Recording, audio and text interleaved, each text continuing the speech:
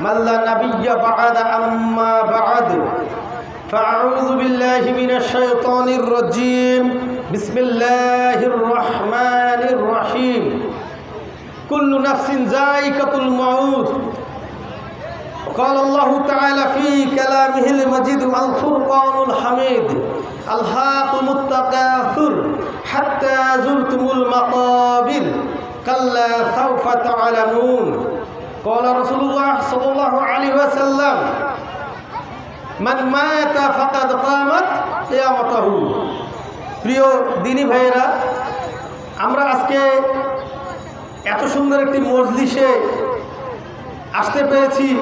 যিনি আমাদেরকে আসার তৌফিক দান করেছেন সেই মহান আল্লাহ তাআলার প্রতি আমরা সকলে শুকরিয়া আদায় করে বলি আলহামদুলিল্লাহ। সেই সাথে অসংখ্য দরুদ ও সালাম বর্ষিত হোক মানবতার মুক্তির দূত নিরহংকার নবী, যিনি কাল কিয়ামতের দিন একমাত্র শাফায়াতকারী হিসেবে সমস্ত নবীর উম্মার সামনে দাঁড়াবেন এবং যিনি হাউজে কাউসারের পানি নিয়ে পাত্র নিয়ে দাঁড়াবেন আমাদের সামনে। সেই নিরহংকার নবী, যিনি এগুলো জানার পরেও এই পৃথিবীতে অহংকার করেননি, সেই প্রাণপ্রিয় রাসূলুল্লাহ সাল্লাল্লাহু আলাইহি ওয়াসাল্লামের প্রতি আমরা সকলে সংক্ষিপ্ত আকারে দরুদ পেশ করে বলি আল্লাহুম্মা সাল্লি আলাইহি আল্লাহুম্মা বারিক আলাইহি রব্বি শরহ লি সাদরি ওয়াইসির লি আমরি ওয়াহলুল উকদাতাম মিন লিসানি ইয়াফকাহু কওলি। প্রিয় দিনী ভাইয়েরা, আমরা আজকে এত সুন্দর একটি দিনী মজলিসে এসেছি, তাই না? আমাদেরকে আল্লাহ তাআলা আসতে দিয়েছেন। আমাদের আসার কোনো ক্ষমতা ছিল না। কি ছিল? আমাদের আসার কোনো ক্ষমতা ছিল না। আমাদেরকে আল্লাহ তাআলা আসতে দিয়েছেন পরিপূর্ণ সুস্থতার সাথে, আলহামদুলিল্লাহ। আবার আমরা কণ্ঠ উঁচু করে আমরা বলি আলহামদুলিল্লাহ।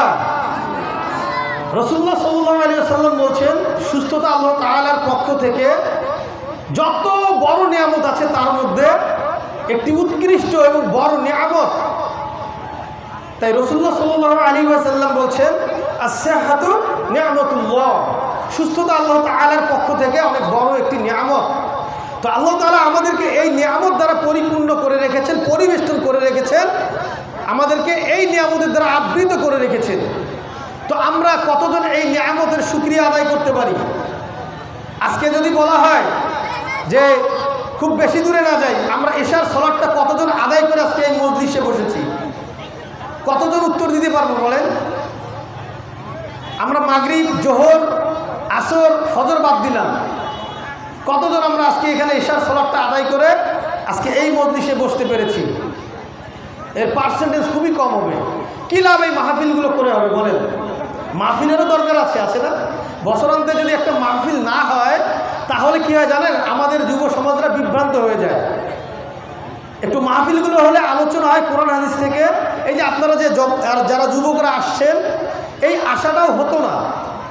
মসজিদগুলোতে তো আমাদের যুব সমাজের উপস্থিতি একেবারেই কম। দার্সগুলো যে হচ্ছে মসজিদগুলোতে, এই যে আমাদের কোরআন এবং হাদিস থেকে যে দার্সগুলো হচ্ছে, এগুলো আমরা শুনিও না, পড়িও না, দেখিও না, উপস্থিতও থাকি না। তাহলে কি হলো? মরতে হবে, মৃত্যু আসবে, আমাদেরকে এই পৃথিবী থেকে মৃত্যুবরণ করতে হবে। আমি যদি সালাত আদায় না করে মৃত্যুবরণ করি, আমার জন্য 15টা শাস্তি রেডি করা থাকবে। চিন্তা করা যায়? একটু চিন্তা করুন তো, চোখ বন্ধ করে 15টা শাস্তি। হয়তো বিস্তারিত আলোচনা করতে পারবো না, আমি সংক্ষেপে বলে যাব। 15টা শাস্তি আমাদের জন্য রেডি করা থাকবে। 5টা থাকবে আপনার জীবদ্দশায়, আমরা যে জীবিত আছি, সালাত যদি আদায় না করি, 5টা শাস্তি আমরা এই দুনিয়াতে পাবো। 5টা শাস্তি দুনিয়াতে পাবো। 1 নম্বর, আমার জীবন থেকে বারাকা উঠে যাবে। আমার জীবন থেকে বারাকা উঠে যাবে। মনে হবে আমি বাড়ি গাড়ি ধন সম্পদ অনেক কিছুর মালিক, আমি সালাত আদায় করি না, আমার এগুলো বারাকা, আমি এগুলোর বারাকা পাবো না। আমার জীবন বারাকাপূর্ণ হবে না। কিভাবে জানেন? কিভাবে? যদি কেউ সালাত আদায় না করে সেই স্ত্রী দিয়ে সে অশান্তিতে থাকবে, অথবা তার সন্তান দিয়ে অশান্তিতে থাকবে, অথবা তার ভাই বোন দিয়ে অশান্তিতে থাকবে, অথবা সে তার নিকটবর্তী আত্মীয় স্বজন দিয়ে, পাড়া প্রতিবেশী দিয়ে সে অশান্তিতে থাকবে। যদি আল্লাহর কাজ না করি আল্লাহ তাআলা আমাদেরকে ব্যস্ততায় ভরিয়ে দিবেন, আমাদের এই দুই হাতকে ব্যস্ততার সাথে আমাদেরকে রেখে দিবেন।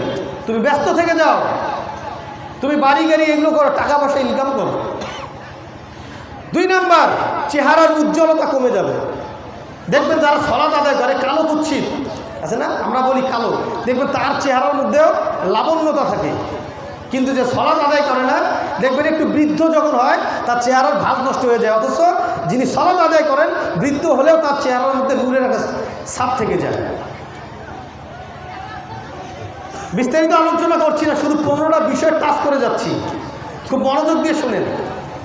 তারপরে আপনার আমল, আপনি যা কিছু করবেন সালাতকে বাদ দিয়ে কোনো আমল গ্রহণযোগ্যতা পাবে না, কবুল হবে না আল্লাহ তাআলার কাছে। চিন্তা করা যায়, আপনি জাকাত দিবেন, জাকাত একটা আমল, কবুল হবে না। আপনি হজ করবেন, কবুল হবে না। আপনি দান করবেন, কবুল হবে না আল্লাহ তাআলার কাছে, কোনো আমল কবুল হবে না। 4 নাম্বার, আপনি যদি কোনো দোয়া করেন আপনার দোয়া কবুল হবে না।